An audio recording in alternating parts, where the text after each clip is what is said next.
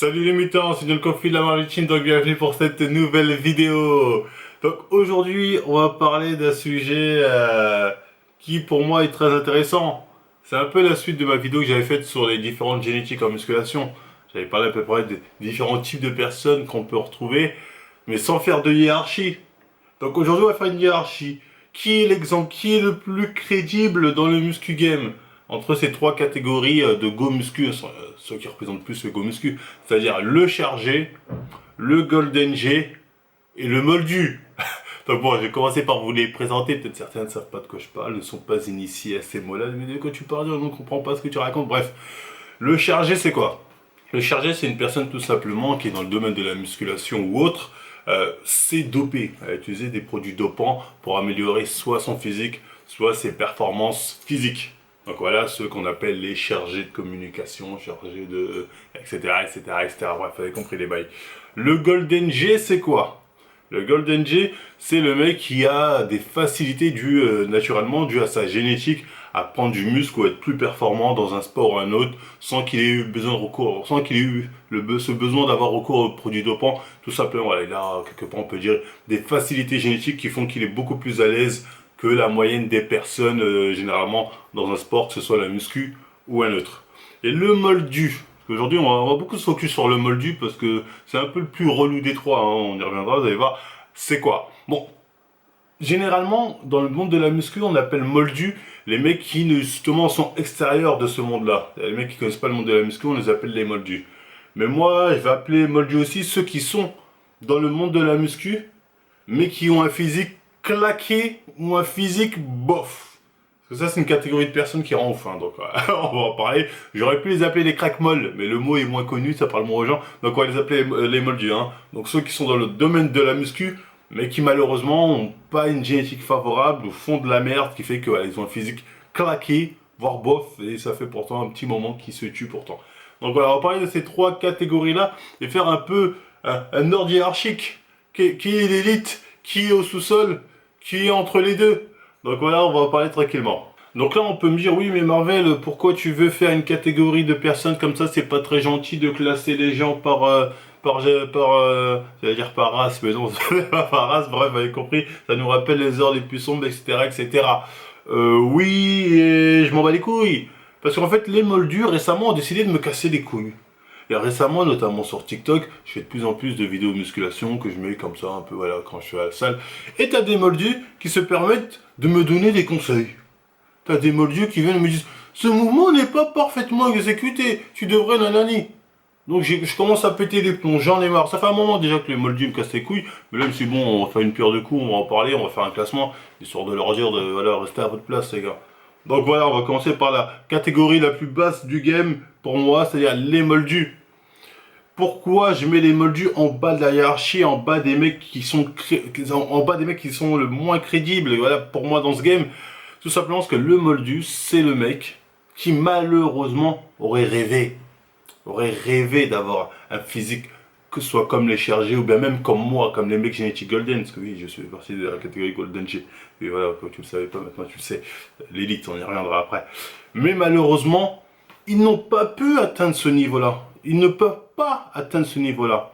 Pour plusieurs facteurs, notamment le facteur génétique, qui effectivement rentre en compte, qui fait qu'ils ont de base une génétique voilà, assez défavorable, qui leur permet pas d'évoluer aussi facilement qu'un golden G ou qu'un chargé.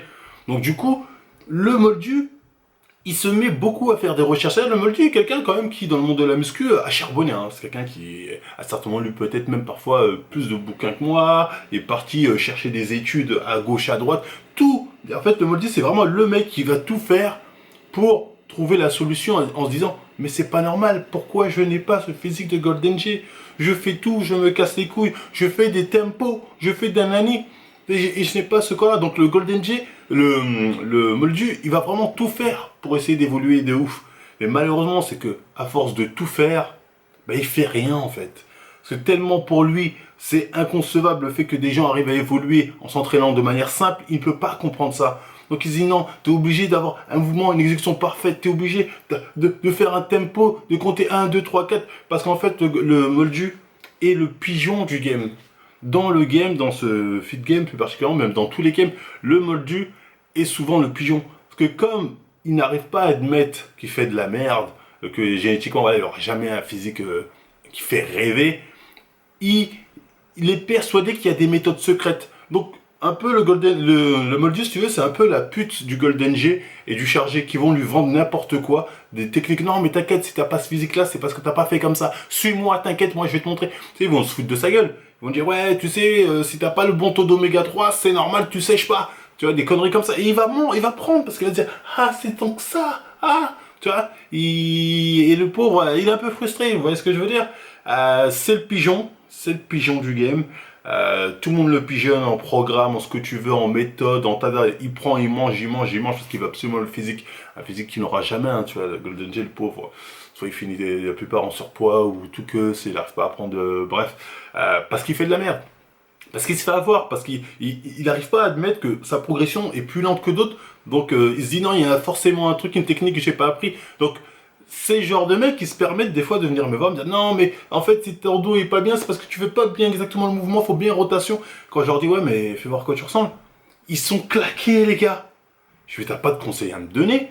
Ouais mais c'est pas parce que j'ai pas ton physique. Après oui, c'est pas parce que le mec il a pas un gros physique, ses conseils sont pas intéressants. C'est vrai. Mais tu n'es pas crédible. Je veux dire, tu peux pas te permettre de voir un Golden G et dire ouais non ça pas ouf comment t'as fait parce que quand t'es un moldu, tu peux pas te permettre. C'est comme si demain je sais pas Gignac il allait voir Ronaldo pour dire ouais Ronaldo là t'as mal fait. Ronaldo il va dire ferme ta gueule t'es nul. Bah c'est un peu pareil. En fait quand t'es un moldu, le mieux c'est de la fermer, c'est d'écouter notamment les Golden J comme moi qui sont honnêtes, pas les Golden J qui se foutent de ta gueule avec des méthodes farfelues parce que ils savent que t'es un pigeon, ils savent que t'as envie d'avoir le corps de Booba, ils vont dire ah t'inquiète tu peux l'avoir naturellement, mais des mecs honnêtes comme moi. Donc tes conseils moldus, moi je m'en branle. Et je pense que la plupart des gens aussi s'en branlent et devraient même pas les cas là. Parce que t'as beau avoir essayé de faire toutes les recherches pour un physique de rêve, au final t'as un physique claqué au sol. Donc t'es mal placé pour donner des conseils. Pour moi, honnêtement, je vous dis, un coach qui est un moldu, le suivez pas. Hein, laissez-le dans sa merde, comme ça, faut pas... Voilà, on est dans un... C'est ça. Suivez les mecs qui vous donnent envie de rêver. Un moldu ne donne pas envie de rêver, généralement. Même si quand il fait le mec technique, non mais j'ai vu l'étude de nanana, non, tout pourri. Généralement ces mecs, je vous le dis, ils sont tout pourris. Faut être assez clair là-dessus. Il faut savoir aussi que généralement, le moldu, parce que moi je connais, j'ai analysé, tu vois, moi quand je parle en fait de muscu, je parle par expérience, parce que j'ai vu, parce que j'ai vécu. Le moldu, généralement, il finit toujours par se charger. Parce qu'au bout d'un moment, il pète un plomb. Il dit j'en ai marre, 10 ans, 12 ans, je m'entraîne, j'ai un physique de merde. Il finit par se doper. Il finit par tester un produit pour la sèche. Il finit à chaque fois par y aller. Il vous le dira pas parce qu'il aura honte, parce qu'il sera gêné. Il mettra ça sur le dos de je ne sais quelle méthode. Mais il finira toujours par charger ou par quitter le domaine de la muscu. Par se dire, vas-y, ça c'est un domaine de fiotte. Je vais aller faire du MMA. Je vais aller faire de la boxe. Je vais aller faire un retour au foot. Ben, c'est l'un ou c'est l'autre. Donc l'avenir du moldu, il est là dans le game. Et honnêtement, je vous dis, voilà, c'est le bas-fond. Hein. Oh, Marvel, t'es vraiment méchant, je trouve. C'est la réalité, les gars. Je vous dis la réalité, on peut me dire Marvel, mais c'est méchant, c'est pas gentil, caca, certaines se sont visées, j'en sais rien, c'est votre problème. Mais c'est comme ça le game. Encore une fois, c'est du bon sens. Hein. Avant d'essayer de donner des conseils aux autres en disant oui, fais mieux comme ça pour me développer, si toi-même ces conseils sur toi, ça ne marche pas, comment tu veux que je te prenne au sérieux? Je vais dire oui, mais parce que moi, imaginez. Non, je suis désolé, t'as pas d'excuses. On peut pas te prendre au sérieux. C'est du bon sens. Personne peut te prendre au sérieux. Je veux dire, personne. Je veux dire, moi, j'arrive pas. Moi, j'arrive pas. Je suis poli. Je le dis pas. Par contre, ça se fait, ah, ok. Je le dis pas parce que je suis poli. Mais en vrai, je veux dire, et honte, un peu de retenue. Toi-même, je veux dire, toi-même, des fois, je vois déjà, ils ont pas honte. Vous êtes pas gênés, les gars. Moi, je serais gêné à votre place. D'oser aller voir, même des fois ils vont mettre des mecs chargés, leur dire c'est pas top, comment tu fais mais mec, mais t'as des couilles toi, je veux dire, t'as des couilles. Et un peu honte, ayez un peu honte les gars. Donc moi je trouve que voilà, les moldus, c'est eux les plus répandus sur internet notamment, ils sont souvent en train de critiquer mais ils montrent jamais leur physique, ou quand tu vois leur physique, t'es d'accord, t'aurais mieux fait de la fermer. Ils devraient la fermer un peu plus et écouter un peu plus les Golden G, notamment si ce n'est pas les charger. Donc ensuite vient le chargé, hein, pour moi dans la hiérarchie, hein, juste au-dessus, il y a le chargé.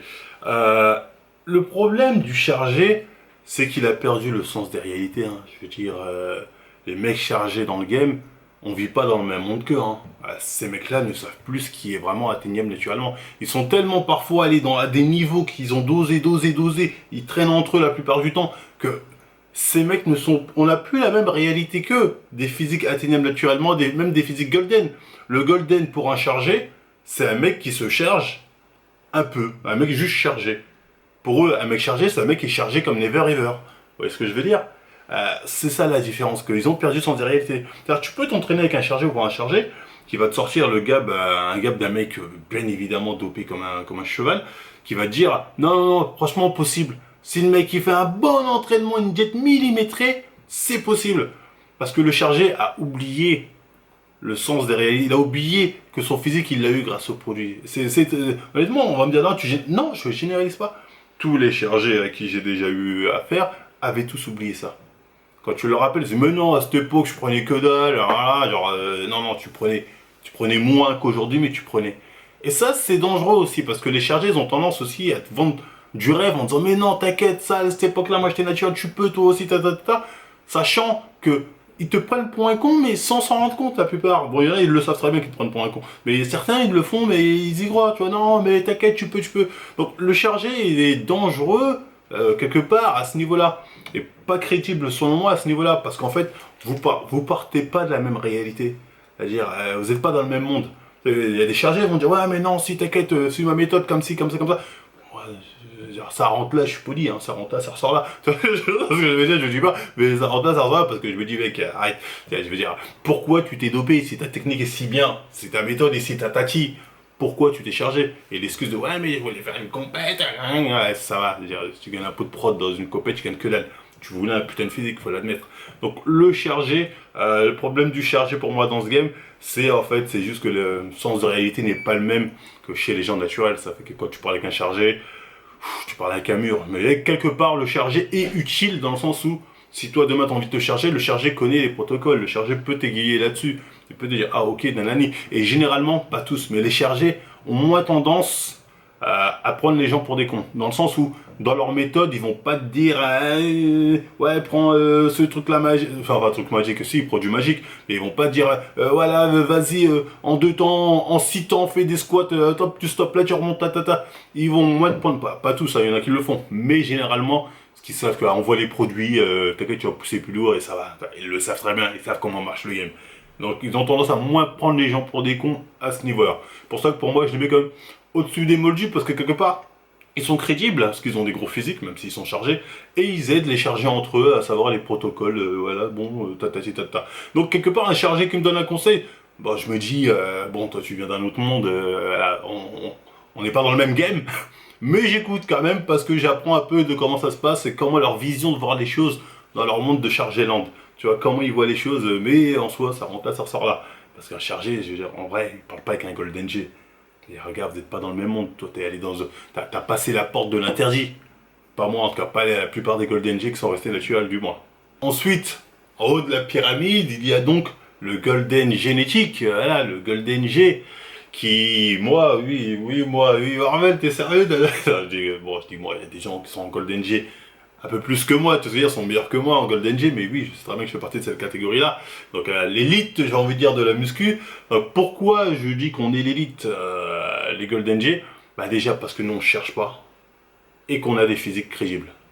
Rien qu'avec ces deux critères, déjà, on a mis game over les deux. Alors, le premier, Moldu, n'a pas de physique crédible, donc dans le game, il vaut que dalle. C'est comme si tu avais, je sais pas, un joueur de Trinity Tobago qui commence à dire ouais, vous inquiétez pas, je connais la méthode pour être le meilleur, dégage, personne, tout le monde s'en bat les couilles.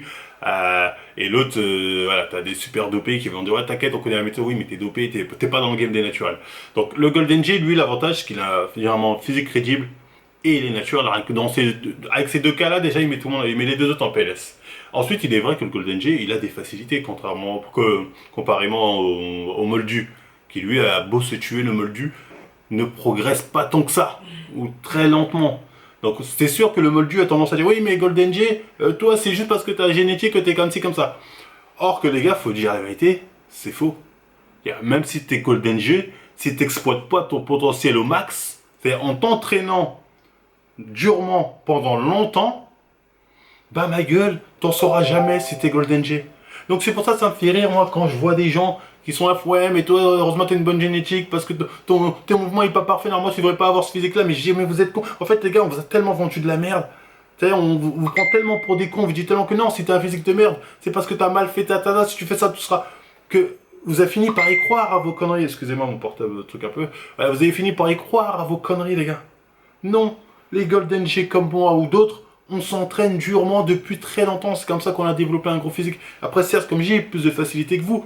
Mais le truc de ah, c'est juste la génétique, ça c'est une excuse bidon. Hein. Je veux dire, c'est une excuse bidon en soi. La génétique joue, attends, je dis pas. Mais se dire justifier un physique de Golden G juste par la génétique, c'est ne rien connaître, c'est se voiler la face. Ce que je veux dire, c'est faire croire. T'essaies de faire croire que les Golden G sont limite des dopés. Non, on n'est pas déchargés.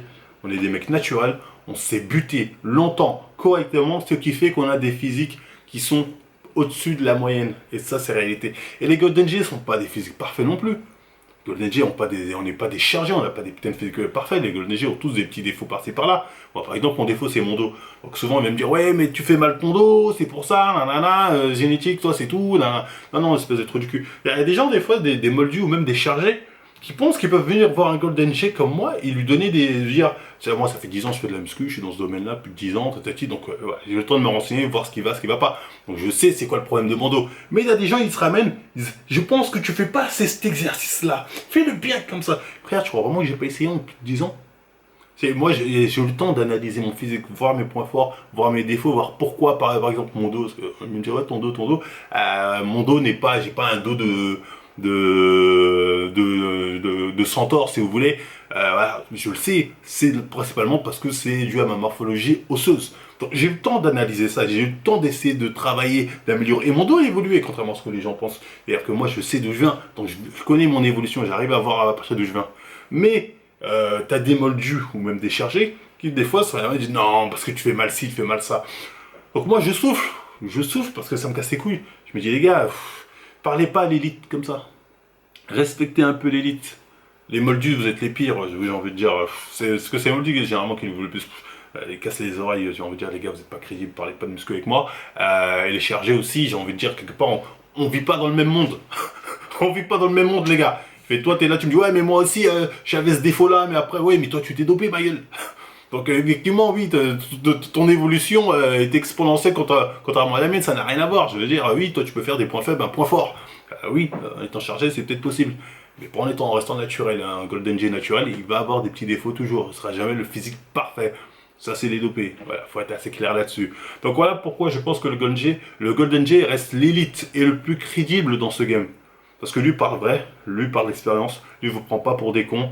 Il a certes des facilités d'évolution contrairement à d'autres, mais ces facilités sont dues à son entraînement sur le long terme et son évolution et son entraînement et sa persévérance plutôt sur le long terme. C'est comme ça que quelqu'un sait qu'il est Golden G et qu'il prend correctement. Moi, quand j'ai des discussions, par exemple, avec d'autres personnes qui sont Golden G, tu prends par exemple, je sais pas, Manga Warcott, on a des discussions très intelligentes. Je dis, ah oui, comment tu prends ça? Ah, toi, morphologiquement, t'es comme ça. Ah oui, je vois que t'as. Voilà, ça parle anatomie, ça parle sérieusement, ça parle de technique d'entraînement, mais sans rentrer dans des trucs pour te prendre pour un con, tu vois ce que je veux dire? On a vraiment un discours intelligent et là, t'apprends, t'évolues. Parce que le mec, il sait, entre Golden G intelligent du moins, naturel, on sait comment évoluer, on sait quelles sont les méthodes, on sait comment prendre du muscle sans prendre les gens pour des cons, sans être pris pour des cons surtout. Parce qu'on n'a pas eu cette difficulté à faire qu'on va chercher n'importe quelle méthode farfelue pour nous aider à apprendre. Donc voilà, le Golden G, lui, généralement, même la plupart du temps, il se fait pas avoir bêtement par des programmes bidons, par des méthodes bidons, par des jets magiques, etc. Et il est moins tenté par se charger, tout simplement parce qu'il a déjà un physique correct naturellement, il a réussi à développer un bon physique, donc il est moins tenté par dedans. Donc voilà pourquoi je dis le Golden G, c'est le plus crédible. C'est celui qui a le plus de chances de vous amener vers votre plein potentiel naturel. Donc vous prendre pour des cons en vous inventant je ne sais quoi.